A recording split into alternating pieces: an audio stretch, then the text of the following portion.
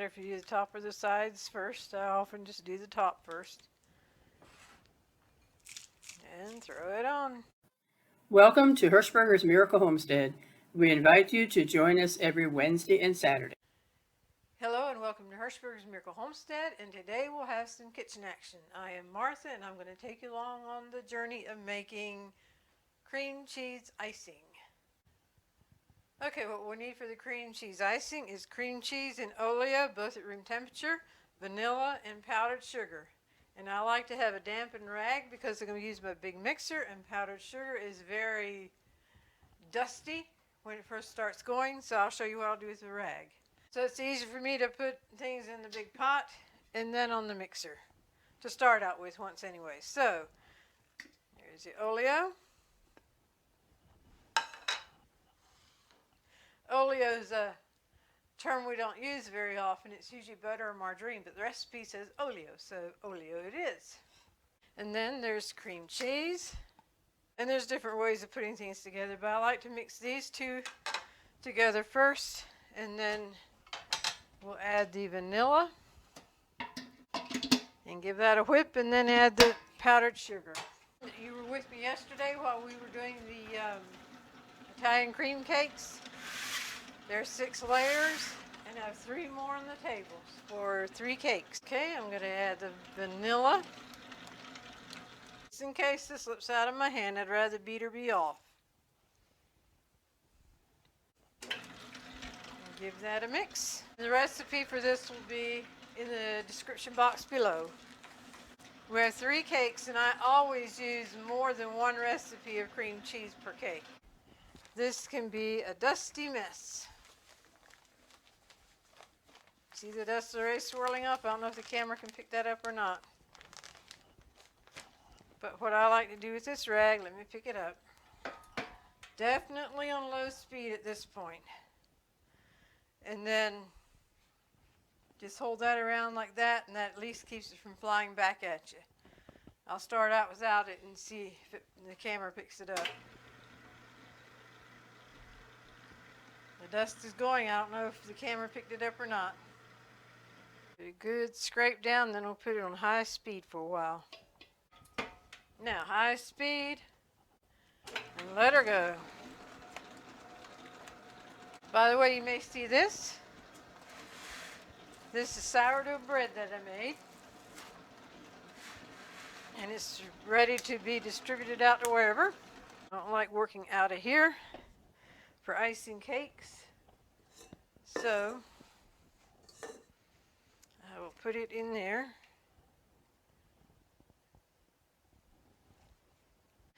Okay, we're ready to throw the icing on the cake. And a turntable makes it very, very nice and handy. So I have this bottom layer of this one on, ready to go. I have the second one ready to go. Our third one is still in the wrap. Usually between each layer, we ice it and then put it in the freezer. Let that icing set before we put the next layer on. So I only have room for 2 cakes in the freezer. I have 1 shelf to work with. So that'll go back there. Of course, you need the icing. And the very end, we do the edger with this thing to put the pretties on, and then we throw nuts on the outside. So all that will come at the end. And this is you need something to be able to spread it with. Of course, there are different things we can use, but this is an official decorator's knife, I guess. And then a timer, because I usually time the cakes in the freezer. So, I will proceed. Now here the icing on the top here is the layer of icing in the cake, but on the side it'll just be a crumb coat, because we'll come at the very end, then we'll throw icing down the whole side again over the crumb coat. But that helps with the not getting crumbs in the icing. This right here, you have to bear in mind that this is the layer of icing and not just a crumb coat.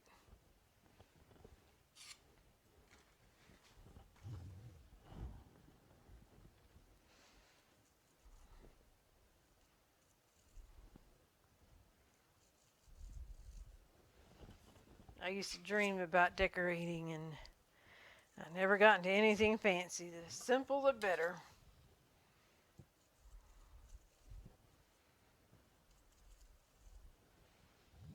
I admire those that can turn a cake into a beautiful art piece.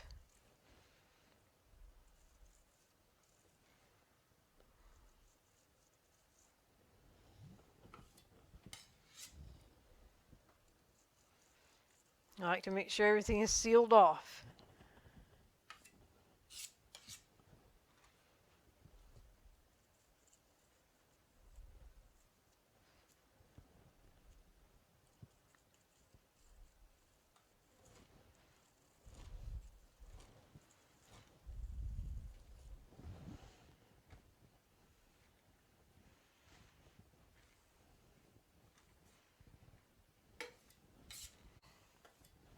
I will stick this one in the freezer and get the next one up.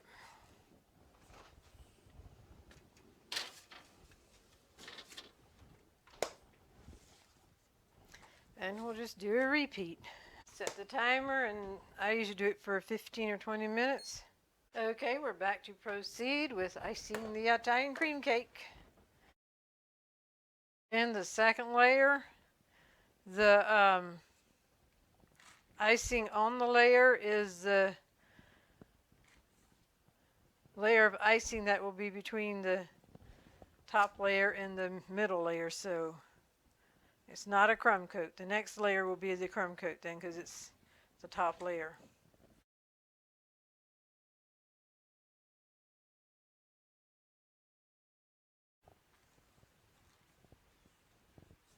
Just a thin layer of icing on the top to trap the crumbs in.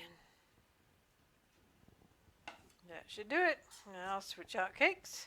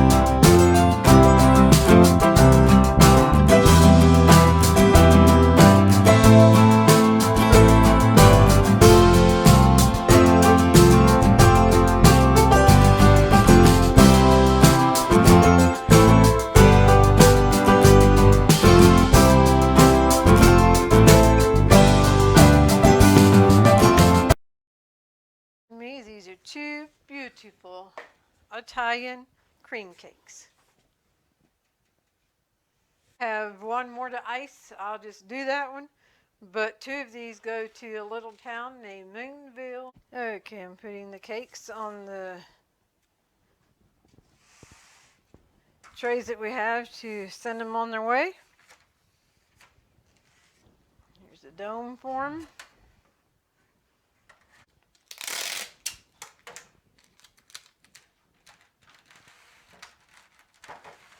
I need to put labels yet and bag them up. But other than that, they are ready to go. Thank you for joining us, and we wish you all God's blessings. All right. I am home from Moonville, and the kitchen looks so different. Here is a cleaned up countertop with, those are bread containers. It had enough for 12 loaves of sourdough bread, 6 loaves in each one. And come on around the corner here, up to the kitchen sink.